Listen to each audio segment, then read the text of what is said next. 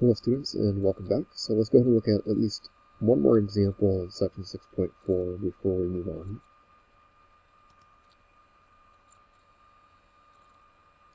Okay, so let's look at question number 6. And question 6 says, the diameters in inches of 17 randomly selected bolts produced by a machine are listed. Use a 95% level of confidence to construct a confidence interval for A, the population variance sigma squared, and B, the population standard deviation sigma, and then interpret the results.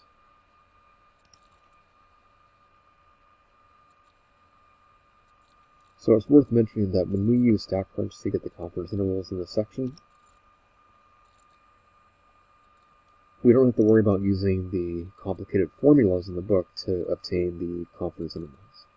Okay, so the formulas for getting the confidence intervals for either a population variance or population standard deviation, okay, are given on page 332, in case you're curious. Okay, but we use the formulas, right, it's you're likely to make a mistake. So that's why we want to use StackCrunch as much as possible. Okay, so let's go back to the question. Okay, so what we want to do is take this data and copy it into StackCrunch. So I'm going to go ahead and select this icon here to copy the table, and you can either open the table directly in StackCrunch or copy it in an existing spreadsheet in StackCrunch. Okay, so with the data highlighted, press and hold down Control-C or Command-C on the keyboard. Okay, then find an empty column to paste your data. Okay, so our data is going to be in the column called var5. So you can place the data in any column you wish. So let's go to the stat menu, variance stats. Okay, we have one sample of data, so we're going to select one sample. And because we have the actual data values, rather than a summary of the data, we're going to select with data. Okay, and the column that contains our data values are in var5. So when you select it, the column appears here on the right-hand side.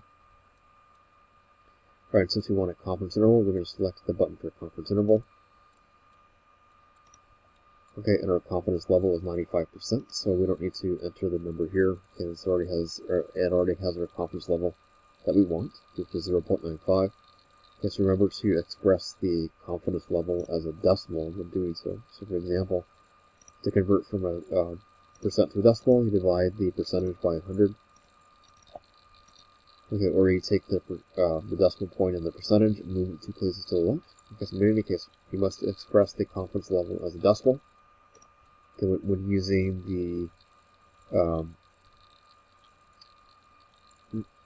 the variance stats function in StackCrunch. Okay. There's a lot of other options here that we're not going to mess with, so we're going to leave those alone. So we're going to go ahead and click Compute. Okay, so the question was asking for, alright, the confidence interval for the variance first. Okay, so read the problem carefully to see how many decimal places it's asking for. So we're going to round our answers to 3 decimal places.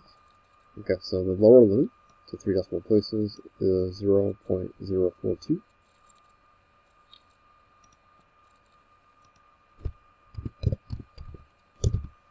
Alright, and then the upper limit of the same confidence interval to 3 decimal places is 0.176, but that 6 there at the end is going to get rounded up to a 7, so 0.177.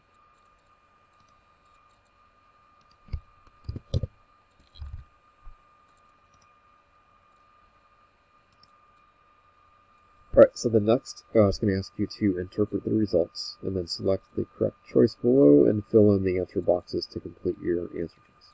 Okay, so when we're asked to interpret the results of a confidence interval, okay, what that means is we're gonna use a complete sentence. Okay, so an interpretation starts with the words with blank confidence. Okay, so in this case, we're going to say with 95% confidence, it can be said. Alright, and you're going to select the appropriate answer choice. Okay. So obviously, answer choices A and D don't make any sense because they don't reflect the correct confidence level. Okay, so it's between B and C. Alright, but remember we want to enter both the lower limit and upper limit. So it looks like answer choice B is going to be the correct choice. So with 95% confidence, it can be said that the population variance is between these two numbers. So we're going to enter these exact same numbers in the boxes provided. So the lower limit in the first box, and then the upper limit in the second box.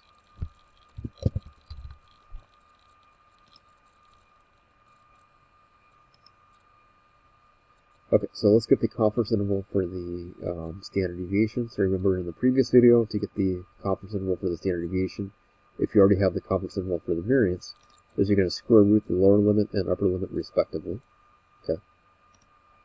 Right, so on a calculator, enter as many digits as you can for both the lower and upper limits, okay, but do them separately.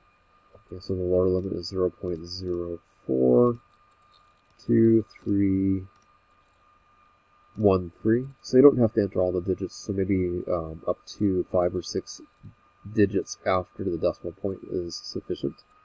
And then square root that number.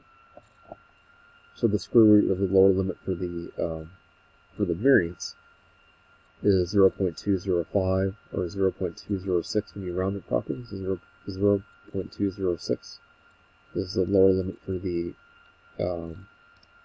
confidence interval for the population standard deviation. Okay, likewise we square root the upper limit.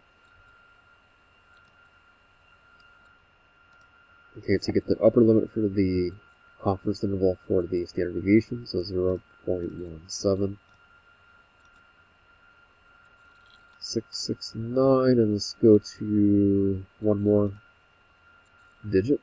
Okay, so usually 5 to 6 digits after the decimal point are sufficient. Okay, so we're going to square root that number there. Okay, so the 3 decimal places is 0.420. Okay, so the upper limit for the confidence interval for the population standard deviation is 0.420.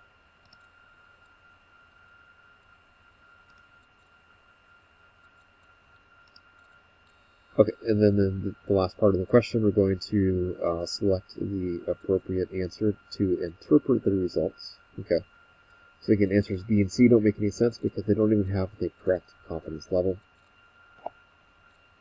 Answer choice A doesn't make any sense either because they just give you one box. So remember, we want to enter both the lower and upper limits of a confidence interval, right, when answering a question about the interpretation.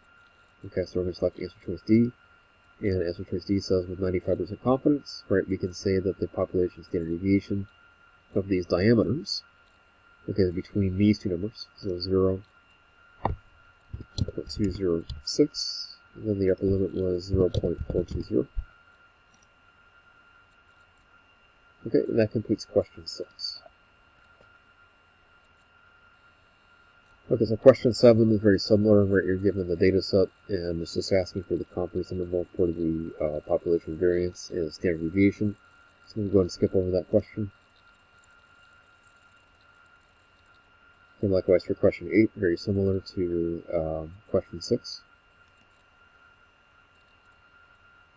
Alright, let's go ahead and take a look at question 9. And it says that the waiting times in minutes of a random sample of 20 people at a bank have a sample standard deviation of 4.7 minutes. We want to construct a confidence interval for the population variance, sigma squared, and the population standard deviation, sigma, and we're going to use a 95% level of confidence. And it says that assume the sample is from a normally distributed population.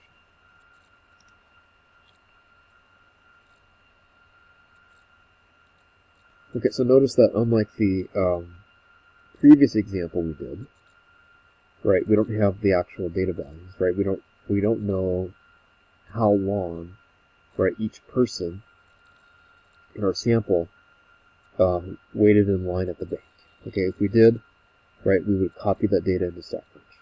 Okay, but in this case, we're given a summary of the data. Okay, so when we go and do the confidence interval for this problem, okay, in the stat menu, we're going to go to variance stats, Okay, because we have one sample of data, we're going to select with the summary, since we have the summary of the data. Okay, and we're going to go ahead and enter the sample variance, sample size. Okay, and we're going to do a confidence interval with the given level of confidence, which is 95%. Okay, so we don't need to change the value here. Okay, let's go ahead and enter the information as it's given to us in the problem. Okay, so it says the standard deviation in the sample was 4.7. And I want you to watch carefully, right, and see if I make any errors. Okay, and our sample size is 20. So that goes here. Okay, so it looks like everything is entered properly. Let's click compute. Okay, so the lower limit of our confidence interval for the variance would be about 2.7. So we're going to round to 1 decimal place instead of 3 here. So 2.7 is the lower limit. Okay, and then the upper limit rounded to 1 decimal place would be 10.0.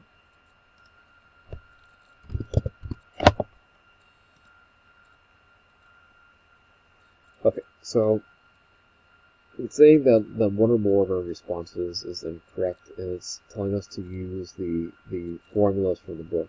Okay, obviously we're not going to be using the formulas. So what this means is that we entered some information incorrectly. Okay, so I actually made the mistake on purpose because I wanted you to see that when we entered the information into the calculator, okay, notice that it asks you for the sample variance, okay, not the standard deviation. But in the problem, it gives you the sample standard deviation, which is 4.7. Okay, so to get the sample variance, we're going to take 4.7 and raise it to the second power. Okay, so when you raise a number to the second power, you multiply it by itself. Okay, so 4.7 squared is that number there, which is the sample variance. Right, or 4.7 times 4.7 is equivalent to doing 4.7 to the second power. Okay, so our sample variance is 22.09. So that's what's going to go in this box here. Alright, so that was the mistake that we did. Okay, and I was hoping that you would catch it. Okay, so we're going to recompute our confidence interval with the sample variance. Okay, so that's going to change our answer. So the lower limit is now 12.8.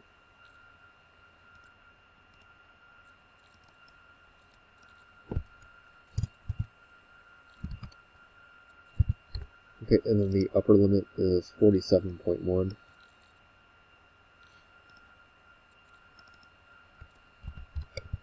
Okay, and that's our confidence interval for the population variance.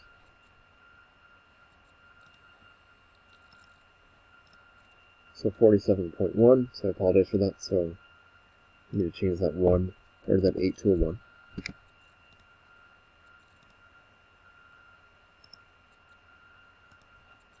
Okay, so by now, I hope you know how to answer the question where it says to interpret the results. So it's the answer choice C, and you're just going to simply enter the lower and upper limits of your confidence interval in the 2 given boxes.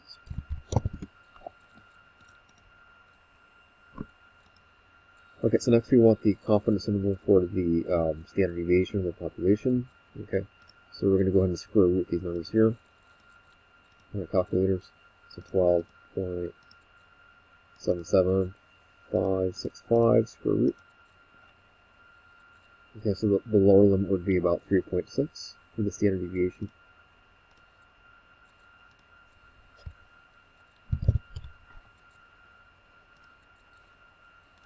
Okay, and then we're going to square root this number here to get the lower limit for the standard deviation. So 47.12393 square root. So we rounded to 1 decimal place. That's approximately 6.9.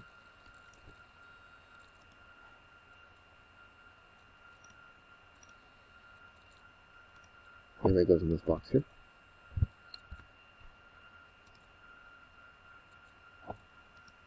Okay, and then lastly, we're going to select the best answer choice for the interpretation. So the answer choice A, and we're going to enter the lower and upper limits of our confidence interval in the respective boxes.